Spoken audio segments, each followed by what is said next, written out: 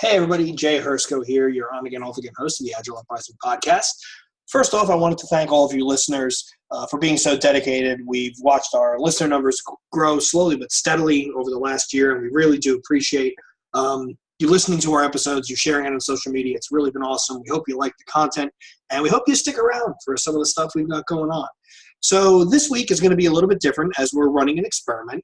Being as our listener base has grown in leaps and bounds over the last 12 months or so, we wanted to go back to the archives and rebroadcast some of our older episodes that maybe didn't have as many listens as we would have liked the first pass.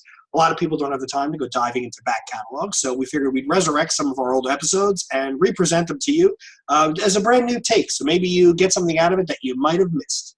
We do have some brand new content coming for you. We have the Game of Framework series coming up, which I'm really, really excited about. Confession time, it's a pet project of mine. And we have more exciting interviews and panel discussions lined up. And in the interim, please enjoy this week's episode, and we will be back to broadcasting some original content soon. Thanks, and thanks for all you listens. This is the Agile Uprising podcast.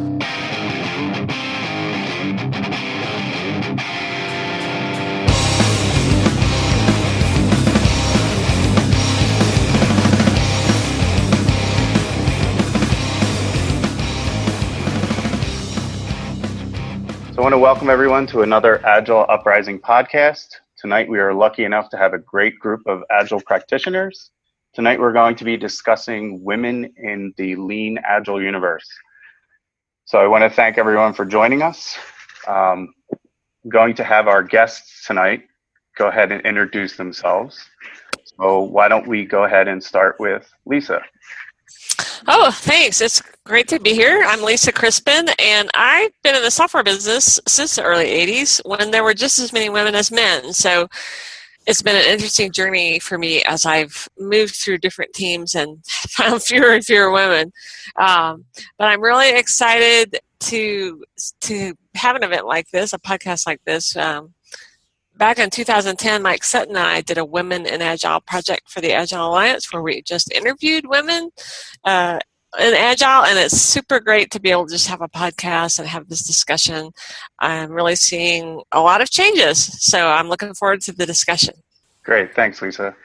So next, Colleen, why don't you go ahead and give us a little bit of info about yourself? Okay, my name is Colleen Johnson, and I'm the Lean and Agile Practice Director for ImagineX Consulting. I focus a lot of my efforts there on teaching Kanban and helping organizations scale Kanban to the enterprise. I'm also the co-founder of Scatterspoke.com, which is a tool for online distributed retrospectives.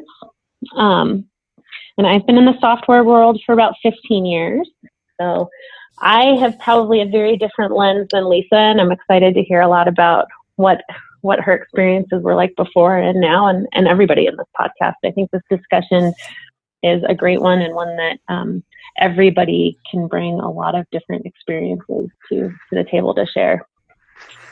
Great. Thanks, Colleen. Janice, why don't you go ahead and give us an introduction? Sure. I'm Janice Linden-Reed, and I'm the CEO of Lean Kanban Incorporated.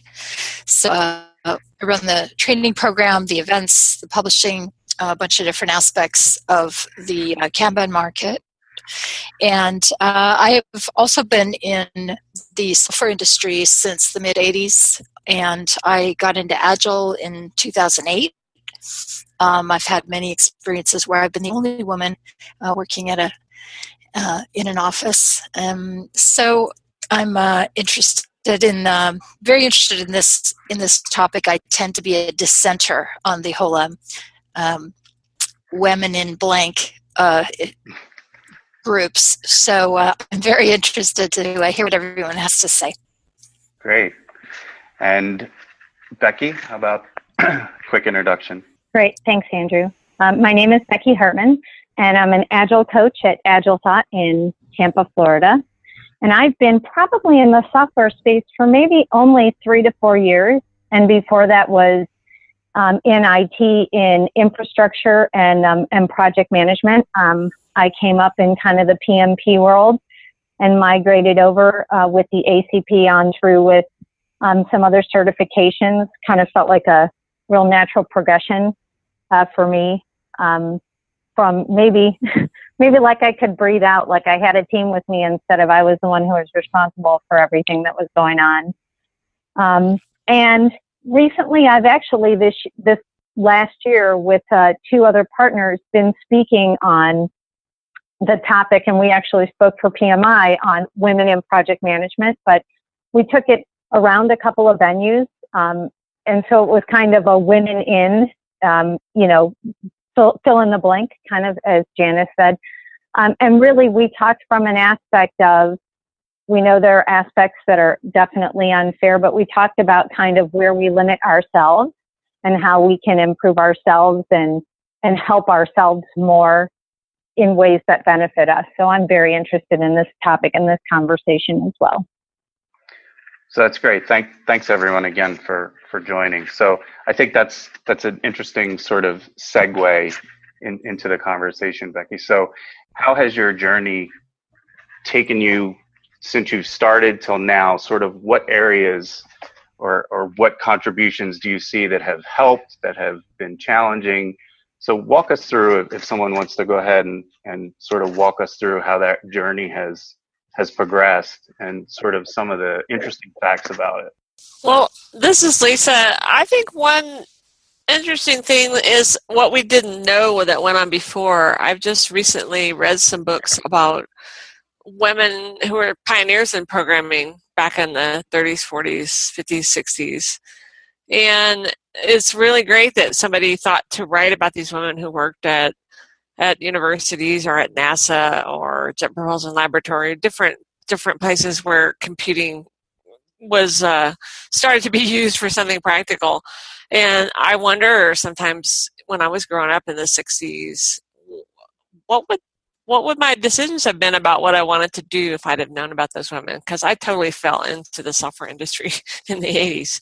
Mm-hmm. So there were wonderful women who went before us. And I puzzled over why there were so many women when I started working in software, and then by the end of the century, so few. And unfortunately, I think some of it is because computing originated was low status work. The hardware was the sexy thing, and the software was just manipulating a bunch of relays and stuff. A lot of manual grunt work, and that was low paid, and so that was for women. And when the software got more important and it got higher paid, apparently, I mean, I'm sure there are lots of reasons. They're very complex, but definitely there was some reason that women were edged out and more men got in. So just over time that happened, but I really am seeing huge changes recently in reversing that trend. So that's quite heartening. This is Colleen. I was going to say that one of the things that I think has been fairly interesting, I think I haven't been in the software world as long as some of the amazing people on the podcast with us, but I think one of the things that I found challenging in my career was when I started to start a family. And I think there's definitely, a disconnect between a number of men and the number of women in software now, but I felt a lot harder struggles personally once I was a mother and trying to deal with being a consultant who was trying to pump in random places and random offices I had never been to. And I think I started feeling, I think that's when I never felt like I was put in a different position because I was a woman or couldn't advance my career the way I wanted to because I was a woman. I actually feel like I've had a lot of amazing opportunities and have been given a great seat at the table when I want it. But I felt like it was hard with being a mother in some of those environments and having to deal with, leaving to pick up a sick kid. And that wasn't something that I felt like a lot of my male counterparts had to deal with. Colleen, I wondered about that too, because, for example, I'm a tester on the Pivotal Tracker team at Pivotal. And one of the things about Pivotal, because they pair program all the time, everybody works the same hours, and there's not the flexibility that I've had at other companies. And I would expect that would affect a lot of women who had families or maybe had parents to take care of, whatever. Do you feel like that is maybe one of the factors that comes in for women?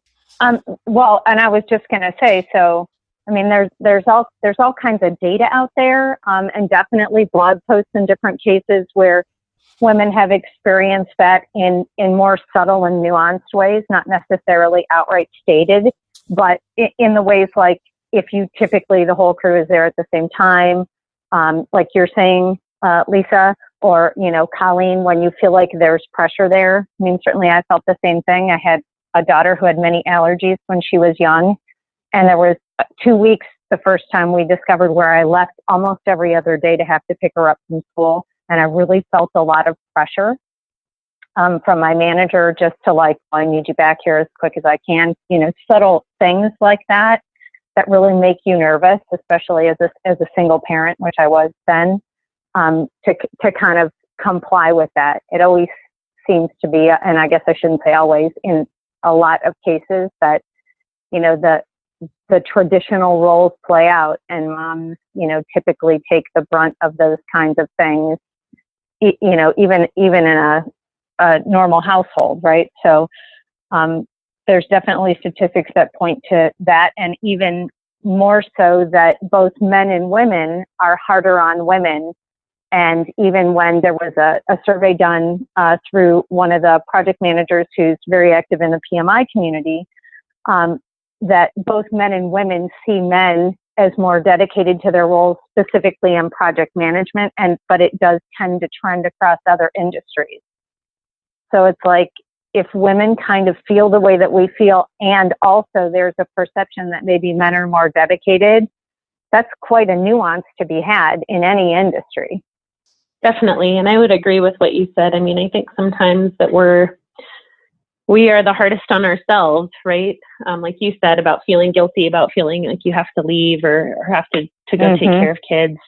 I definitely that resonates strongly with me, because I think sometimes, even if everybody said it was fine and it wasn't a big deal, I was beating myself up probably more than I needed to.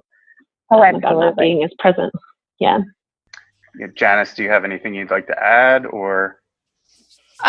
Just, my mother was a professional kind of in journalism, and I sort of saw her go through all of this, get hassled a lot at her job for leaving to take care of her kids and all that. And I don't know, it hasn't really been a big issue for me for various reasons. And I feel like I don't have a lot of stories to tell about that. I do have a daughter, but that I've always been careful to structure my life, so I have a lot of either part-time or flexible situations. But I totally agree that women are really hard on other women, and by the same token, they're really hard on themselves. And I find that comes up again and again.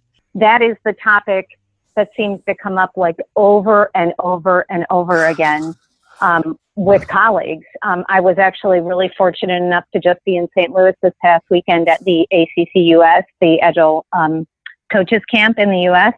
And we convened a session on women in Agile, and there were maybe only 5 of us there talking. But, that's one thing that came up over and over is, what do we see and how do we feel we can help each other with those kinds of things, because we are so hard on ourselves. We innately, and I guess there are probably statistics out there about this too, like women don't tend to apply for jobs unless they feel they really have almost all of the qualifications, which if you're looking at job postings, is almost impossible for any human to have all of those qualifications, whereas our male counterparts will apply with far less, assurance that they have those skills. I mean, it goes on, the kinds of things that we self-impose upon ourselves, the rules that we play by, or how we consider ourselves worthy or not worthy of things.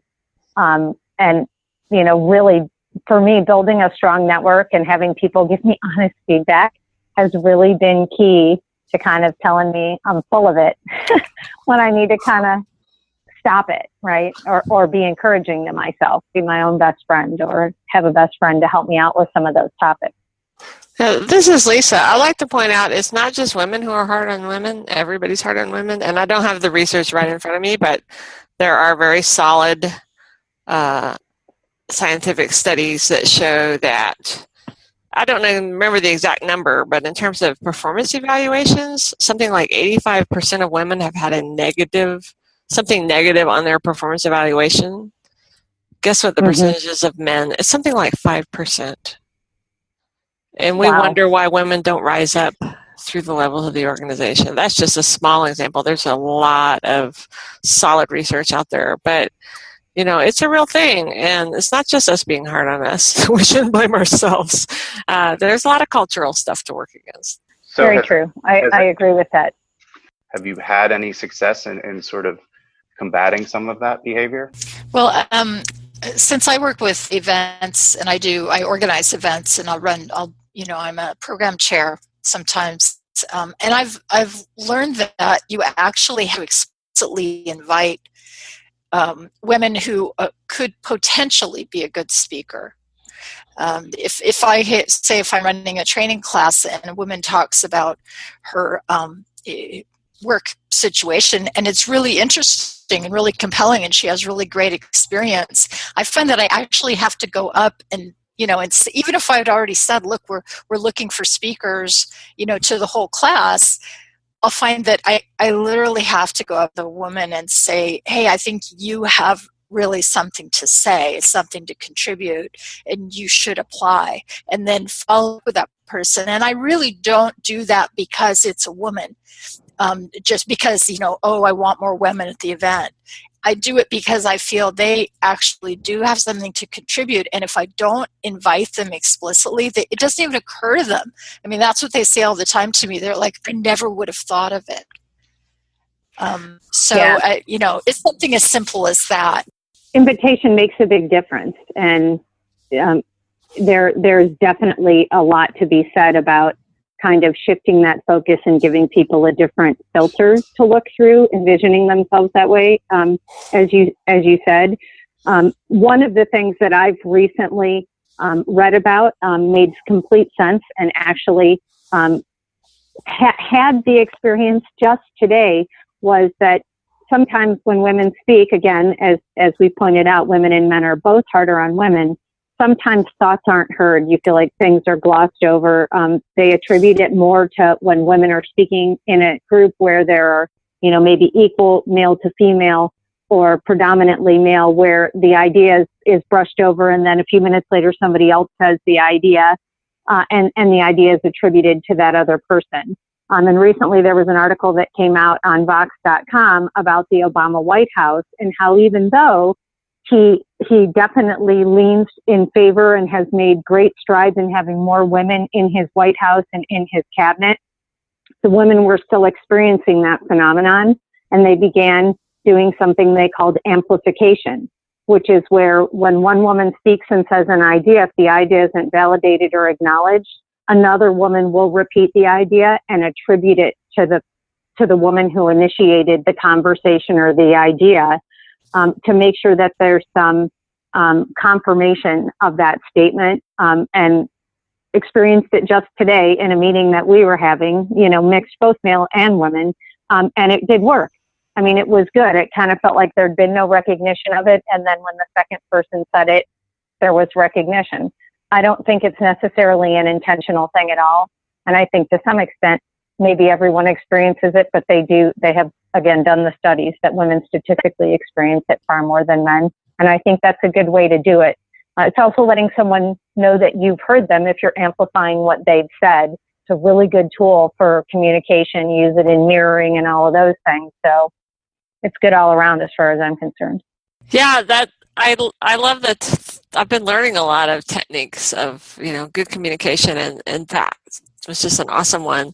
And I think also, women are more likely to come in when they see more women. So I know a few companies that have for example, have a lot of women developers. Well, once you have a lot of women developers, let's say you have at least a third, if you bring in a new interview candidate and they look around and they're like, wow, I see myself here, then they're much more likely to consider that employer. Today I learned that ThoughtWorks was given an award at the Grace Hopper Conference because they actually have more women than men at a tech company. Woo! And I'm sure that, I think once you get to a critical mass of women, it's a lot easier because we can see ourselves. It's like, wow, I can imagine being there because I can see myself. So I think it is important to bring in more women, and I've had similar experiences to Janice. I've helped organize a lot of conferences over the years, and I'll often ask a woman I know, say, wow, would you consider proposing to this conference because you have some great experiences? And she'll say, well, there's nothing I do that other people don't do. There's nothing I know that other people don't know. And say, well, but your experience is unique. And one thing that I've done personally is the last couple of years, all of my conference sessions have been pairing with other women as well, not always women, new speakers. Sometimes I still can't find a woman to present with me. So, okay, a guy is okay. But just to give them the experience, because once they've done it, it builds their confidence. It makes them more likely to be accepted at another conference. And we have the Speakeasy organization doing that kind of mentoring for new women speakers. And again, if we see ourselves at tech conferences, we're more likely to speak. We're more likely to participate. So I think all these efforts are really contributing to helping us see ourselves in this context so that we want to join in. And I think one of the things that you just touched on, Lisa, that's kind of interesting too, and Janice, the same thing about inviting the speakers, is I think because there is such an effort right now to bring more women into not just Agile, but technology in general, I think it does make you sometimes question why you're there, right? And the uncomfortable part can be, I think that puts a lot of women, and I would put myself in this boat, in the position where you feel like you have to prove why you got that spot to speak or that seat at the table or a voice in the conversation, because you're not sure if it's because are we trying to balance out the number of women, or are we trying to make sure, did you earn your seat with your credentials? And so I think that environment you described, where there's more women developers than male developers, that's probably a great environment where you feel like you don't have to come in with your fists up to prove yourself and prove yourself as being the only woman developer. You earned your spot, and you're there because you're great at what you do. Yeah, and I mean, I've obviously had those experiences even not long ago of being told, like, openly, like, you're being invited to speak because you're a woman. And, and we're trying to get more women at this event. And I'm just like, wow, I know I'm really qualified. I know I've done a lot of public speaking. So really, that's why I'm being invited. And we're seeing some very disturbing trends around that, where men are sort of, really sort of patting themselves on the back for how, socially responsible they are for going around doing this positive discrimination. And I really do have a problem with that. I mean, even with, Lisa, what you were saying about ThoughtWorks giving an award, or being given an award for having more female developers, it's like, part of me is like, why? Why is that? Even though I know the reality is they probably had to overcome a lot of opposition, whatever, to be, even within their organization to achieve that. But just on the face of it, why is it better to have the award was being a great place to work if you are a woman, but the fact that they have more women than men probably contributes to that, for sure. Well, yes. And my understanding is that they do, and I may be totally wrong with this, I don't work for ThoughtWorks, but I do believe that they make a special effort to, like, let's try to hire as many women as men, but that doesn't mean that they lower their standards. So they're very careful. They have quite an interesting hiring process and quite a high standard. So I don't think they're lowering their standards to fill in women. But, at the same time, there are times that I think, why am I working so hard to get women to conferences and things and working in software companies? Because I hear horrible, horrible, horrible stories even today. I hear of women, even women close to my age, being hounded out of jobs at tech companies unfairly, being just abused by men. I hear of women at conferences being attacked at the end of the evening when they walk back to their hotel by men who have clearly waited at the exit to the conference event to prey on these women.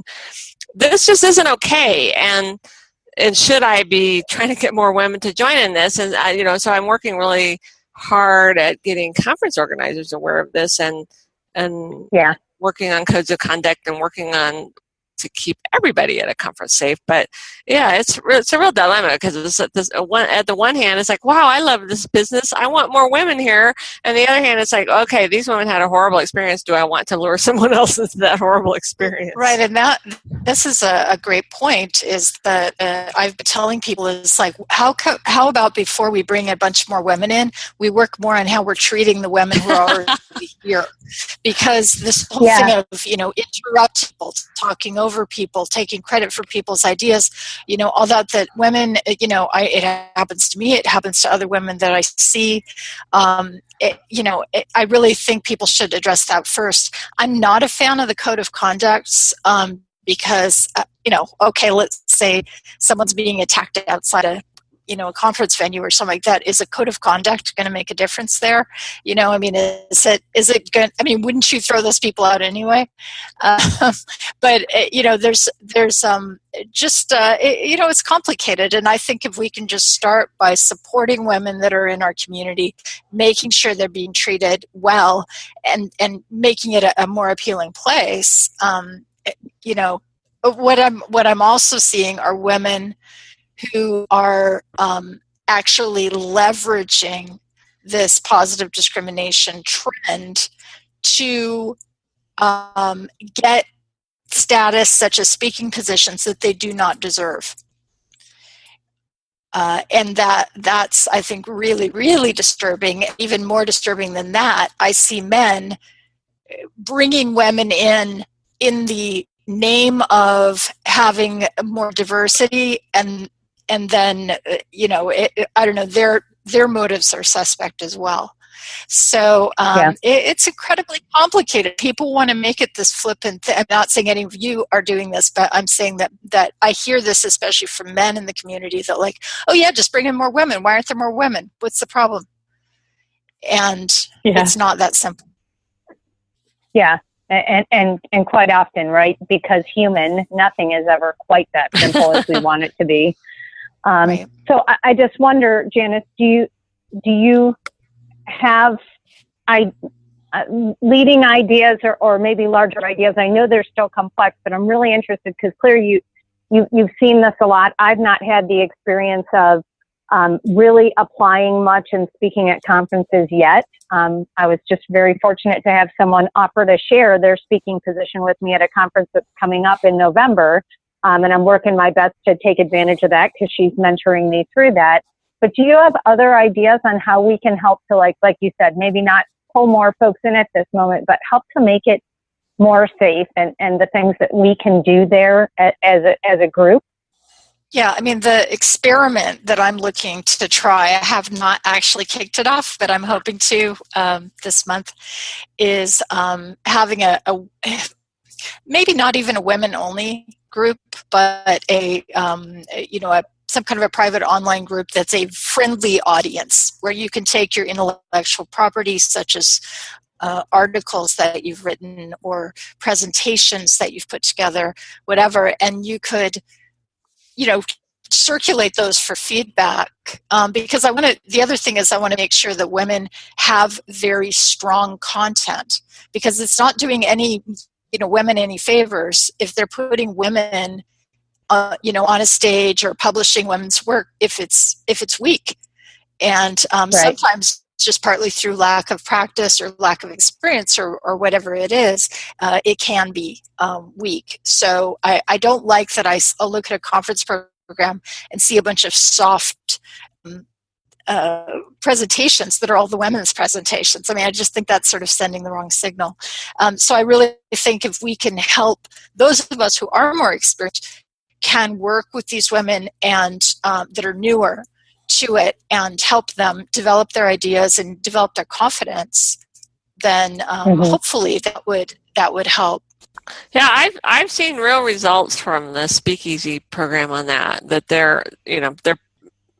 We have mentors who work with people. They work with conference organizers to say, will you take a couple of our our mentees to speak, and knowing that they'll have an experienced mentor helping them. And that's been working out great. We've got Speakeasy has gotten women speaking at conferences, and the evaluations on them have been great, and they've been going on to doing other conference presentations, and some of them even getting into keynoting and things like that. So, but that's because they have this support behind them. So I agree. It's like we have to make sure that it's not tokenism. It's these women are really contributing value. Yeah, that's a great word for it, Lisa. I think that tokenism is what none of us want to be on the other side of that either. And I think I also participate in a handful of women in whatever groups. And one of my favorites is the Women Who Start Up group. And that one I really find is kind of what you're describing, Janice, and just trying to create a really safe place for people to share ideas, to share their failures, to ask people to, will you help me review my resume? I'm about to go interview for this job. There are men on there. It's open to men, but it is mostly women. And I feel like it's just a very friendly space and safe place for everybody to just kind of get that feedback and mentorship in a lot of different ways. And I really enjoy that part of it, because it doesn't feel like anybody's in there looking for a handout or looking for something special because they're a woman. It's just a way to network and mentor each other. I think having that kind of support is really powerful. But also, though, I really would like to see women step up and be a little bit braver. I mean, I've had a lot of women say, "Oh, I would never talk on that discussion forum because people always get into these big debates, or people always get into these. I don't want to actually argue or defend my position." And I get that men see argument as sort of a sport. There's been studies on that men will actually take a position that they don't even hold for the enjoyment of the debate. And women often don't like to do that. And I'm curious to know if for all of you all, I know for me, I'm not afraid.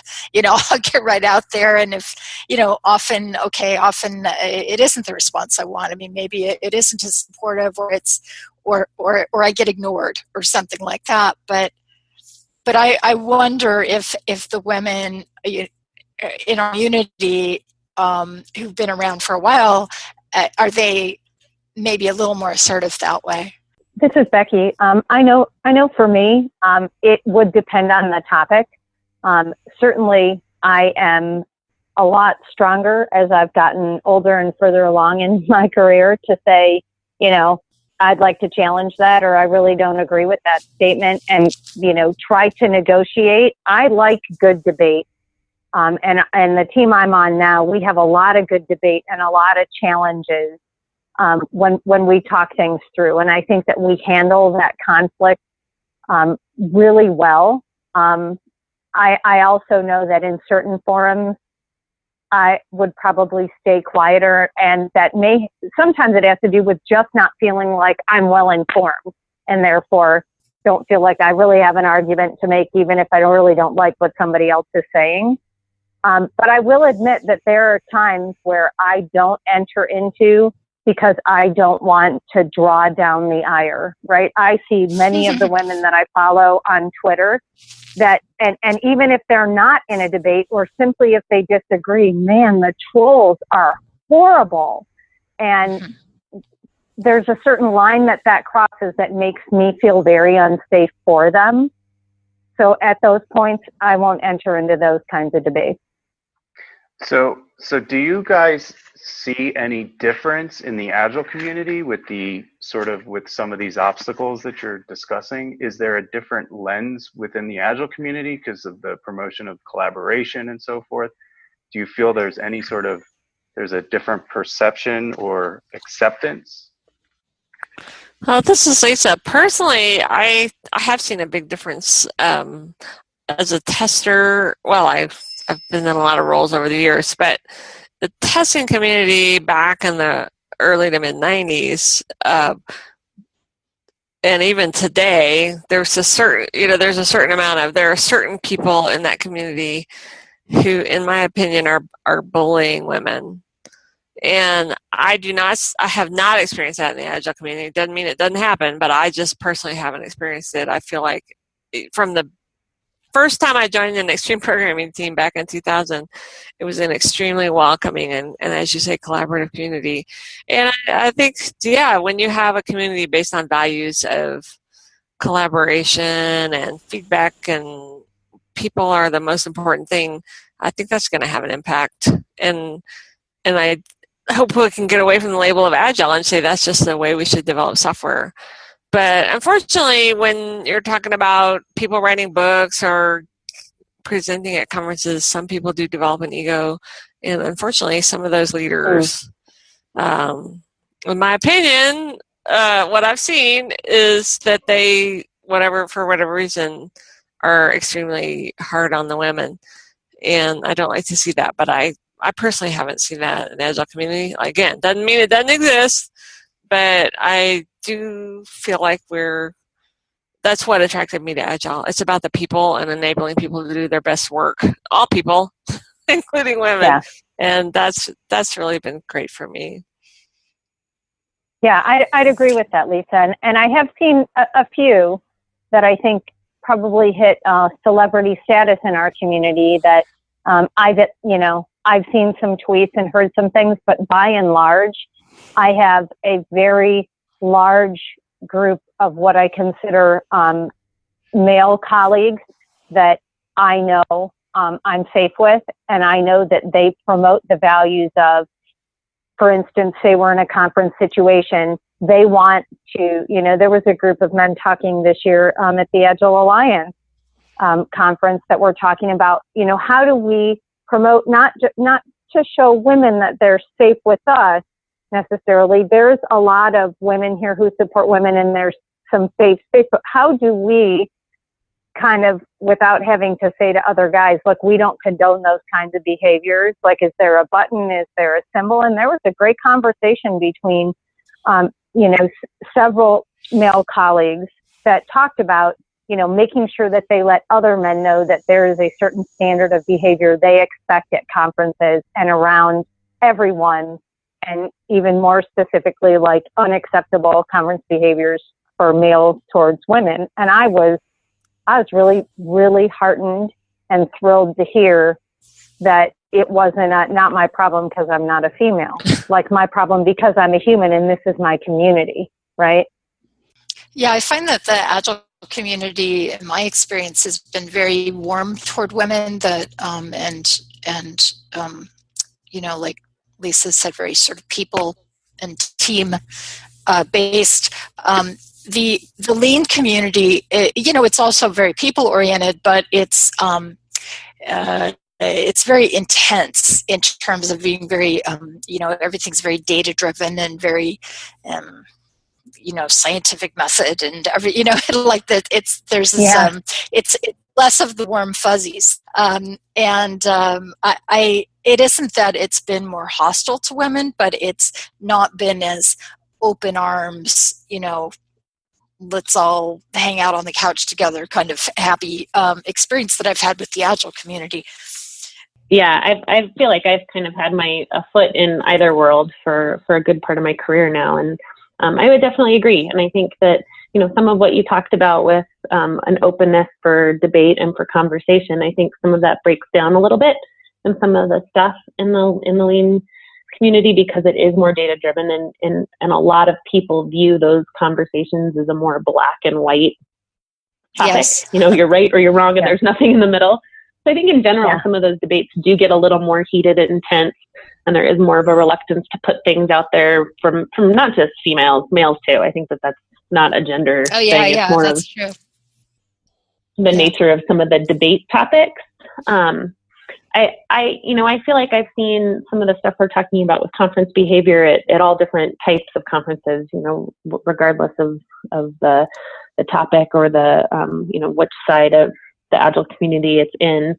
And I think what Becky described is really, really inspiring. I mean, I think it's very cool. I think, one of the speakers who was at GlueCon in Colorado last year, Mary Scatton from Salesforce, talked about how, we keep having the same conversation, but we have to get everybody involved in it. So all the stuff we're talking about with having great mentors is not just women mentoring women on how to put together a great conference proposal or write a great book or deliver a great keynote. It's everyone in the community helping mentor women so that they're confident that they're delivering great content and a message that's on point.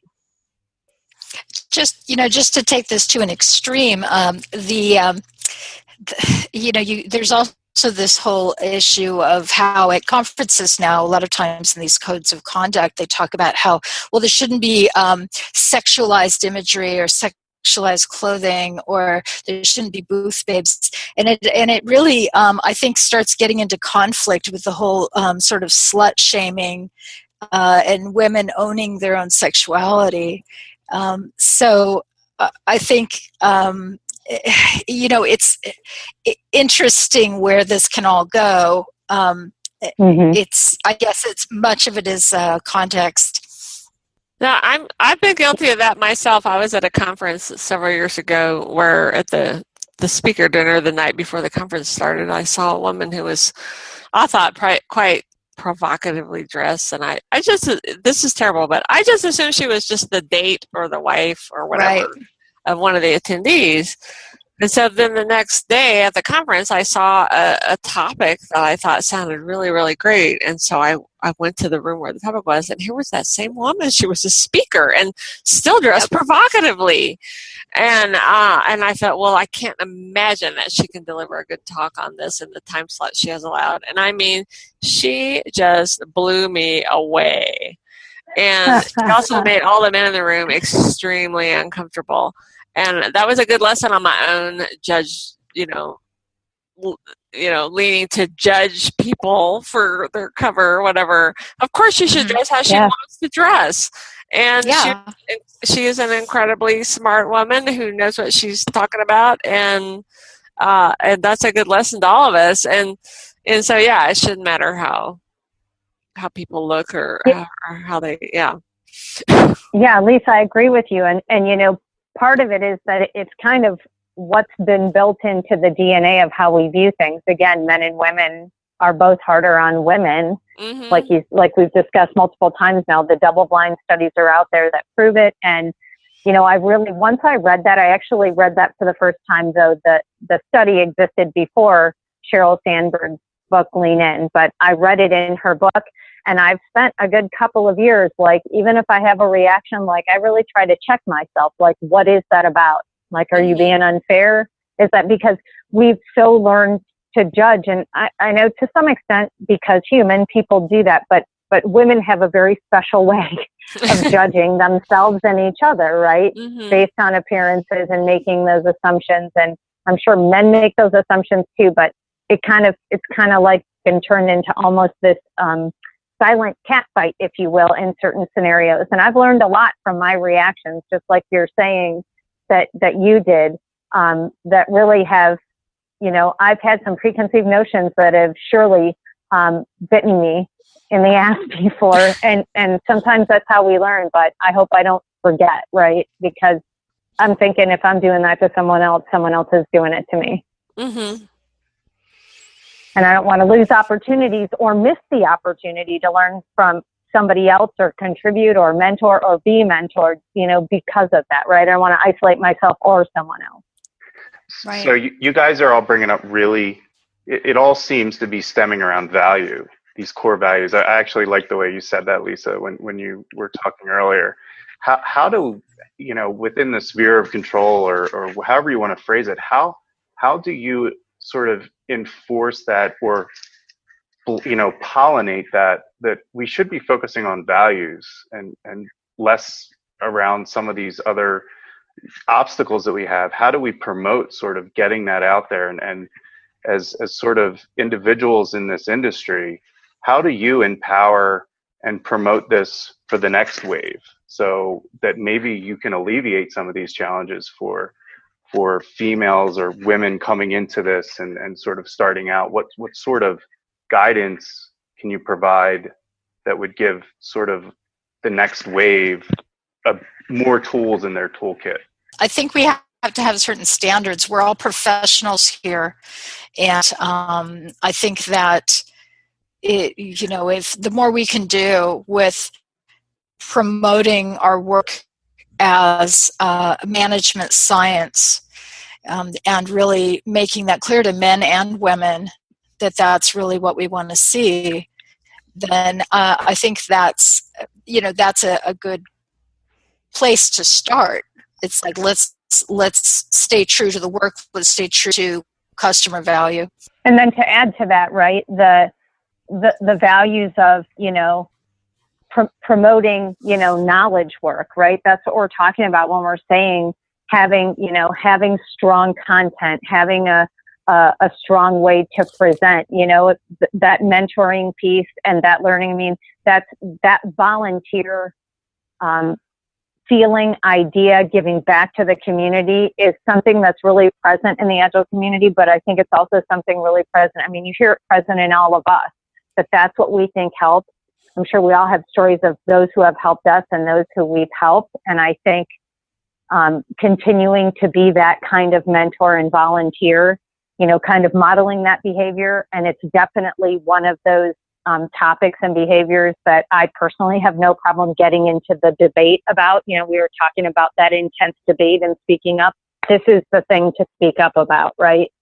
Is to be helpful and to help propel people forward and, let people know that you don't believe that holding people back for whatever reason is the right thing to do, right? I think if we continue to talk about those things and promote those things through our behaviors, that really helps, the next wave, as you've said, Andrew, to continue.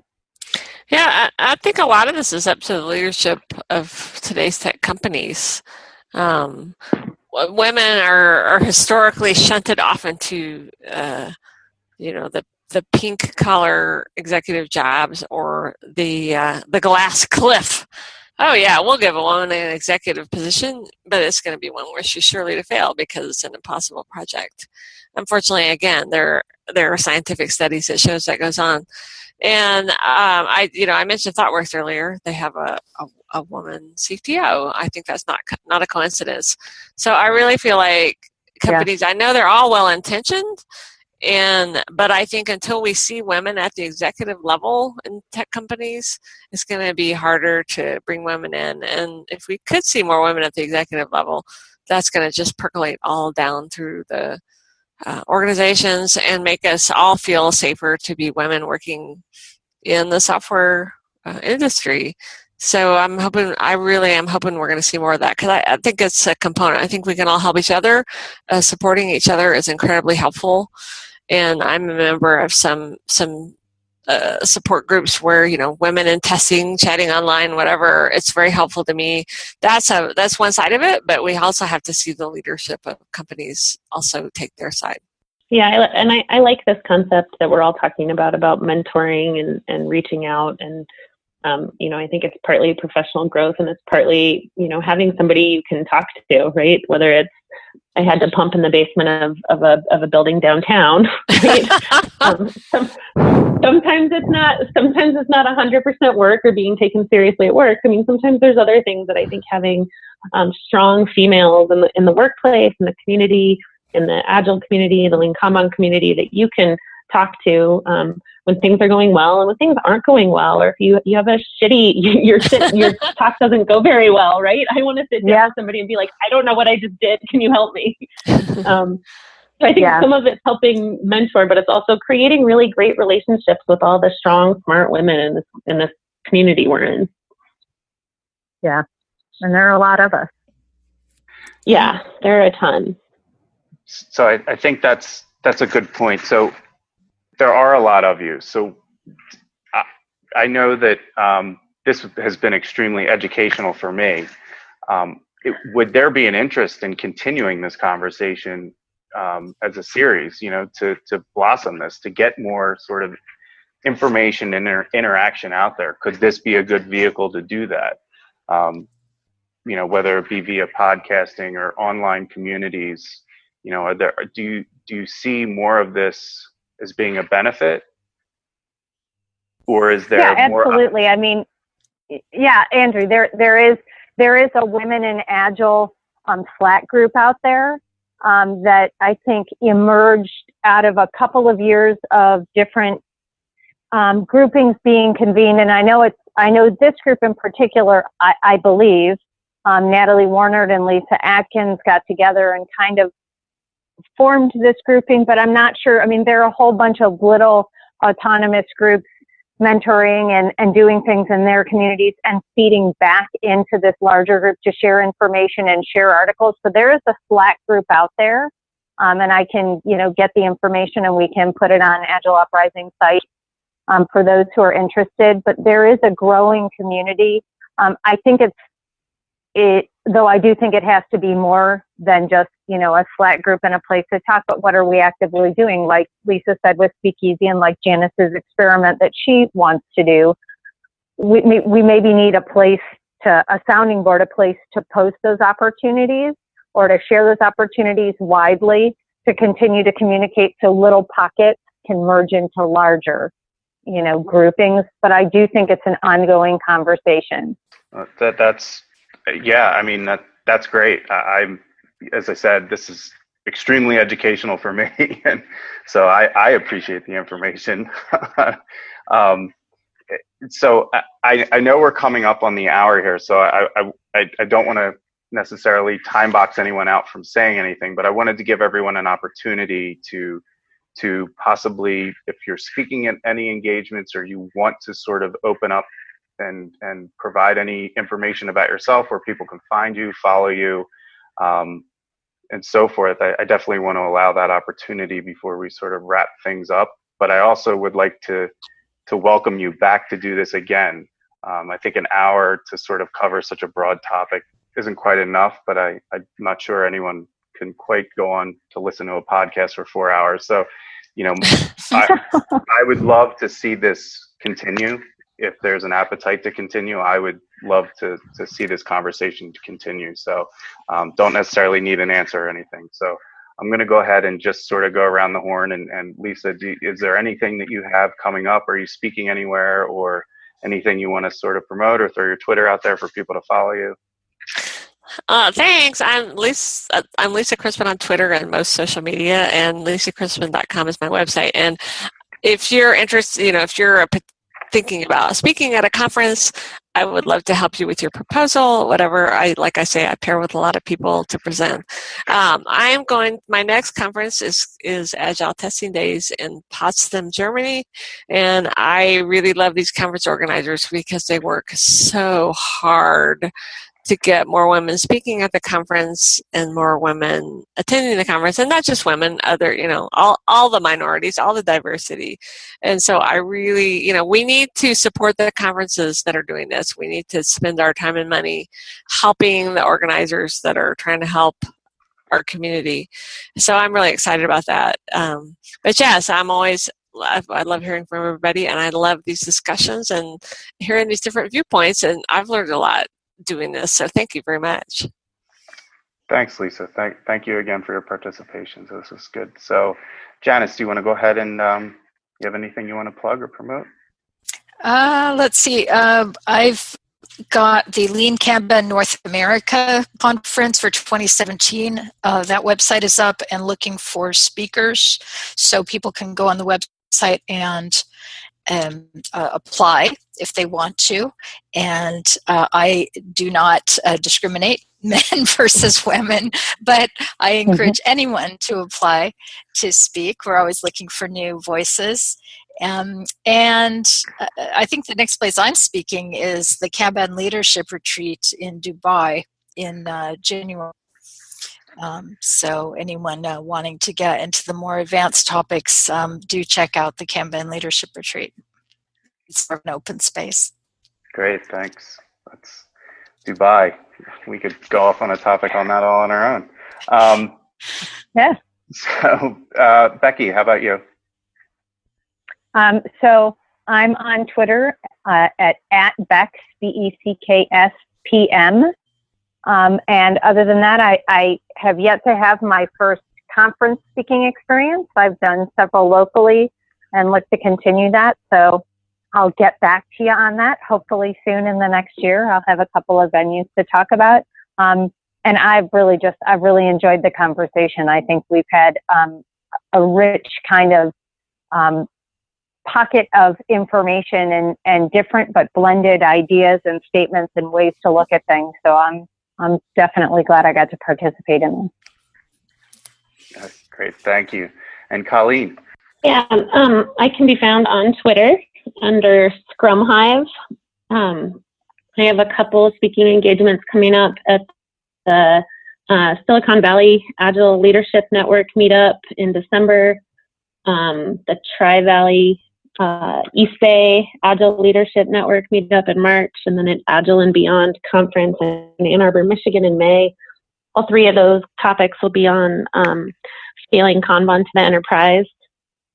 And I agree with Becky. I think one of the things that's so interesting in participating in these conversations in different areas of our business and of our lives is that everybody does have a very different take on what they've seen and what they want to see happen next. Whether it's as a parent, as a sister, as a daughter of somebody, right? We've all got a different lens that we're viewing these experiences through. So I think it's always really eye-opening to hear everybody's what everybody wants to see happen next. So I really appreciate the conversation as well, and I'd love to keep it going in the future. Yeah, so speaking of that, we'll be publishing this podcast out on Agile Uprising, and hopefully everyone is a member of the coalition so we can continue to collaborate as a community and sort of hopefully drive home that message around value and values, being human as opposed to anything else. So again, I just want to thank you again for all your participation, and I've taken a lot of notes. So if we do want to continue this conversation, it would be great to sort of tailor the next the next podcast around some of the information that you guys have provided, and we can sort of go down a different path, or a more detailed path. So it was interesting keeping the open conversation and just seeing where it would go. So again, I thank everyone for being open and honest and just having a good conversation. So I appreciate your time, and thank you.